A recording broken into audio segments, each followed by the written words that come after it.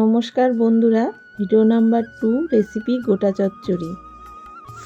প্রথমে কড়াই তেল দিয়ে আলু, বেগুন, ফুলকপি, সিম, বিনস, বাঁধাকপি সব সবজি একে একে ভেজে নেব।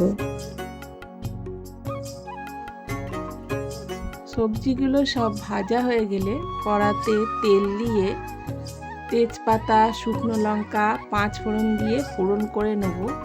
এবার একে একে সব মশলা দিয়ে দেবো। আদা বাটা, টমেটো, কাঁচা লঙ্কা, জিরে গুঁড়ো, হলুদ গুঁড়ো, ধনে গুঁড়ো, লঙ্কা গুঁড়ো, কাশ্মীরি লঙ্কা গুঁড়ো, নুন, চিনি এগুলো দিয়ে ভালো করে কষিয়ে নেব।